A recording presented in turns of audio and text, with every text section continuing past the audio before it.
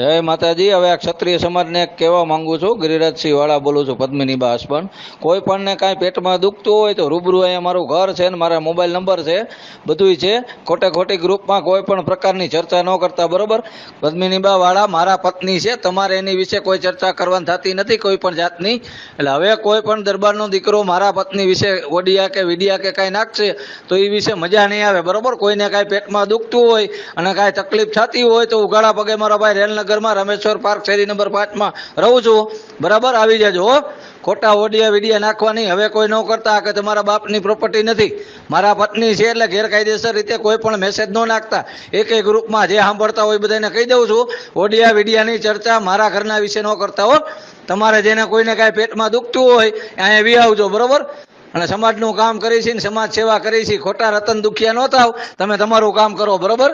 જે હોય આ ચર્ચાનો વિષય નથી ને હવે